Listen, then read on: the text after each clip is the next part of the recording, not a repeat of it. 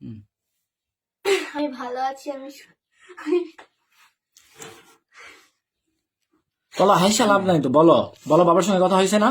হ্যাঁ, সকালে কথা হয়েছে? তুমি বাবার সাথে কাছে যাবে না? বাবার কাছে যাবে না?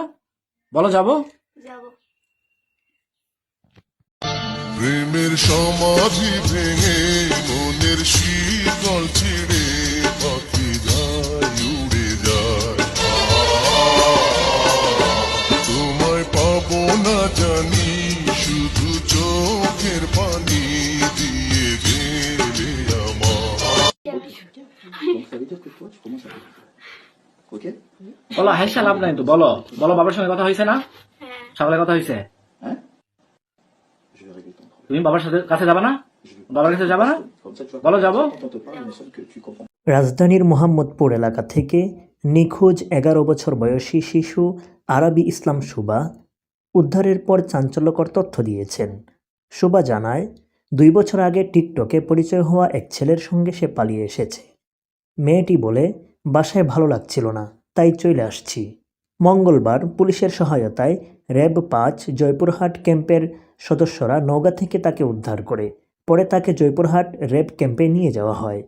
এ বিষয়ে শুভার সঙ্গে কথা হলে সে জানায়, নিজ ইচ্ছায় সে এসেছে। যার সঙ্গে সে ঢাকা থেকে এসেছে সে একজন টিকটকার, তার নাম মমিন। শুভা নিজেও একজন টিকটকার। টিকটকের সূত্র ধরেই তারা একে অপরকে চেনে। ঢাকা থেকে কাউকে না জানিয়ে নওগাঁয় কীভাবে এসেছে জানতে চাইলে সে বলে, বাসে করে এসেছি। কেন এসেছে জানতে চাইলে সে বলে, বাসায় ভালো লাগছিল না তাই চলে আসছি।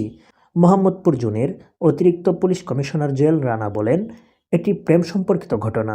নওগাঁয় এক ছেলের সঙ্গে ওই কিশোরী পালিয়েছে। নওগাঁয় ওই ছেলের বাড়িতেই তাকে খুঁজে পাওয়া গেছে। এর আগে পুলিশ একটি সিসিটিভি প্রকাশ করেছে, যেখানে দেখা যাচ্ছে প্রেমিকের হাত ধরে শুভা হেঁটে হেঁটে যাচ্ছে। জানা যায়, ফুসফুসের ক্যান্সারে আক্রান্ত মায়ের চিকিৎসার জন্য 2 মাস আগে বরিশাল থেকে ঢাকায় এসেছিল শুভা। কিন্তু 2 ফেব্রুয়ারি রোববার সন্ধ্যা 6টার দিকে তার ছোট ফুফাতো ভাইয়ের সাথে বাসা থেকে বের হয়। এরপর রাস্তা পার হতে গিয়ে নিখোঁজ হয় সে। 3 ফেব্রুয়ারি সোমবার মোহাম্মদপুর থানায় এ বিষয়ে একটি সাধারণ ডায়েরি করেন তার বাবা ইমরান রাজীব। কিন্তু তার নিখোঁজের সংবাদটি তার বাবা খুব ভালো করে প্রচার করতে থাকেন। অথচ একটি সূত্র বলছে, এ সম্পর্কে নাকি তার বাবাও জানতেন, তবুও তিনি দেশের মানুষের সামনে নাটক মঞ্চস্থ করেছেন। এই প্রতারক বাবা এবং মেয়ে দেশবাসীকে যে এক পেরেশানিতে ফেলেছিল, এর কি বিচার হওয়া উচিত অবশ্যই কমেন্টে জানিয়ে যাবেন।